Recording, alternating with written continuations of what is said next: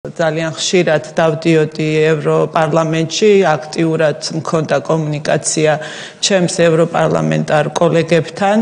არ ქონდა მნიშვნელობა ისინი კეთილგანწყობილი იყვნენ საქართველოს მიმართ, ქართული ოცნების ხელისუფლების მიმართ თუ არა, მე ვთვლიდი, რომ ყველასთან უნდა მქონოდა ურთიერთობა და კომუნიკაცია და საკმაოდ საინტერესოც იყო თვალსაჩინოდ ჩანდა ბევრი რამ ამ შეხვედრების შემდგომ. მათ შორის სწორედ ჩვენი განაცხადის გაკეთების შემდგომ არაერთ შეხვედრას გავიხსენებ, როდესაც ცალსახად ითქვა საქართველოსთან დაკავშირებით თქვენ გააკეთეთ განაცხადი, ახლა ნახავთ, მოლდოვა და უკრაინა მიიღებენ კანდიდატის სტატუსს, საქართველო იქნება ის ქვეყანა, რომელიც არ მიიღებს კანდიდატის სტატუსს, ამას მე გეუბნებით დაახლოებით მარტის პერიოდში, ანუ ახალი გაკეთებული ქონა განაცხადი და ვნახოთ ის 85% მოსახლეობის, რომელიც ხარს უჭერს ევროკავშირში ინტეგრაციას, რა პასუხს მოთხოვს ქართული ოცნების ხელისუფლებას. ანუ ეს წინადადება უკვე ნათქვამი ცხადად აჩვენებდა იმას, რომ ევროინტეგრაცია საქართველოსთვის ამდენად მნიშვნელოვანი საკითხი ვიღაცეებისთვის იყო მხოლოდ და მხოლოდ ინსტრუმენტი იმისთვის, რომ საქართველოში ხელისუფლება შეეცვალათ ნებისმიერი გზით. 2022 წელს არჩევნების არანაირი პერსპექტივა უკვე აღარ არსებობდა, ამას ალბათ მე შევეხები 2020 წლის არჩევნებს. აღარ არსებობდა არანაირი, ასე ვთქვათ, კონსტიტუციური გზა ხელისუფლების ცვლილების და რა თქმა უნდა სცენარი 2 არაკონსტიტუციური გზით ხელისუფლების ცვლილება უკვე სრულად იყო ჩაშვებული ასამოქმედებლად და აქ უკვე საჭირო იყო კარგი მიზეზების მოძებნა, რაც შეიძლებოდა გამოყენებული ყოფილიყო საქართველოს სახელმწიფოს წინააღმდეგ. მე ასე დავარქმევ ამას, მე არ დავარქმევ ამას ქართული ოცნების ხელისუფლების წინააღმდეგ, იმიტომ რომ ეს იყო ხელისუფლება, რომელიც არჩეული იყო ქართული ხალხის მიერ. აქ საინტერესო ალბათ არის თუ რა უფრო ალბათ ჩვენი მხრიდან, ქართული მხრიდან, საქართველოს პოლიტიკურ ველზე, როგორ ხდებოდა ამის განხორციელება. სამი მიმართულება, ალბათ რაც უნდა ითქვას, ეს არის პოლიტიკოსები, რომლებიც ამ პროცესში იყვნენ ჩართული და ჩვენ თვალწინ ხდებოდა აქ პარლამენტში განცხადებების კეთება, არასამთავრობო ორგანიზაციები, NGO-ები, რომლებიც აქტიურად უქმნიდნენ აკადემიურ, ასე ვთქვათ, შეფუთვას ამ ყველაფერს, მედია, რომელიც გახდა ძალიან აქტიური საგარეო ფლანგზე, ალბათ ყველას გახსოვთ გააქტიურებული ტელეკომპანია ფორმულას ანგარიშები, რომელიც ტვიტერზე განსაკუთრებით აქტიური იყო იმისთვის, რომ მოკლედ გასულიყო დავარქმევ პირდაპირ დეზინფორმაცია საქართველოს შესახებ და საქართველოში მიმდინარე მოვლენების შესახებ. კანდიდატის სტატუსი ყველამ კარგად იცის, რომ ევროკავშირში ინტეგრაცია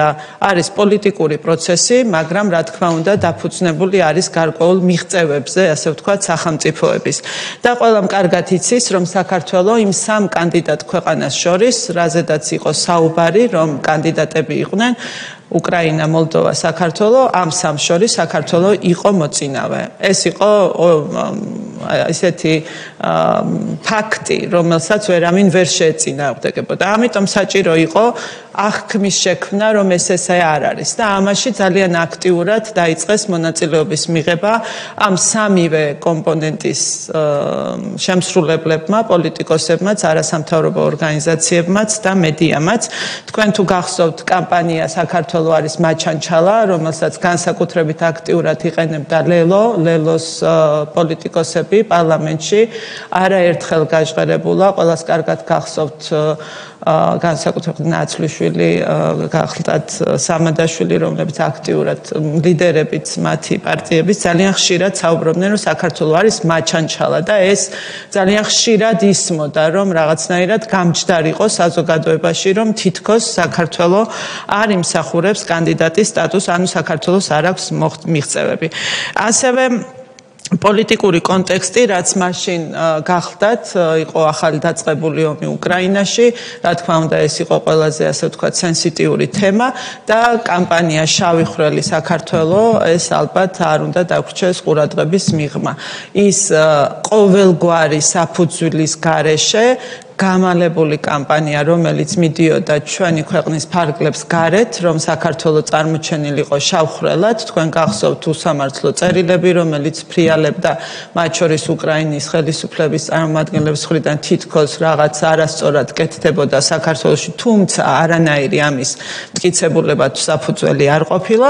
აქტიურად საქართველოში ჩვენი პარლამენტის ტრიბუნიდან ქართველი პოლიტიკოსები ოპოზიციიდან მე მახსოვს ძალიან კარგად ნაცვლიშვილის ერთი გამოსვლა, სადაც ვეღარ დავთვალე რამდენჯერ იხმარა სიტყვა შავი ხვრელი, რომ ეს კარგად გამჯდარიყო და კარგად გასულიყო, რომ ეს თემა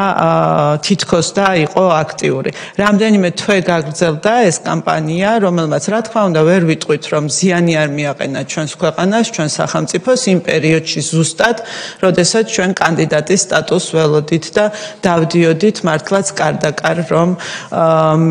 ჩვენი პარტნიორები დაგვერწმუნებიან იმაში, რომ არასწორი იქნებოდა საქართველოს ჩამოტოვება ამ სამეულიდან და არასწორი გზავნილი იქნებოდა გარე სამყაროსთვის სწორედ ასეთი გადაწყვეტილების მიღება გეოპოლიტიკურად თავი რო დავანებოთ. თუმცა ამ გეოპოლიტიკურ მიზნებს სხვა მიზნებმა, ასე ვთქვათ, აჯობა და ნამდვილად მოხდა ისე, რომ საქართველოს არ მისცეს კანდიდატის სტატუსი, თუმცა მაშინვე ვუხსნიდი ჩემს კოლეგებს იქ, რომ ამას არ ექნებოდა ის ეფექტი, რისთვისაც მათ სურდათ, რომ გამოეყენებინათ, ამით ვერ მიიღებდნენ იმ შედეგს, რა შედეგის მიღებაც სურდათ მათ და გამოჩნდებოდა გეოპოლიტიკური შეცდომა ევროპის მხრიდან კიდევ ერთხელ დაშვებული, თუმცა რა თქმა უნდა ეს აზრი მაშინ არ იყო გათვალისწინებული, იმდენად დიადად ჩანდა საქართველოს ხელისუფლების შეცვლის მიზანი და სურვილი, რომ მათ ეს ამისთვის გააკეთეს.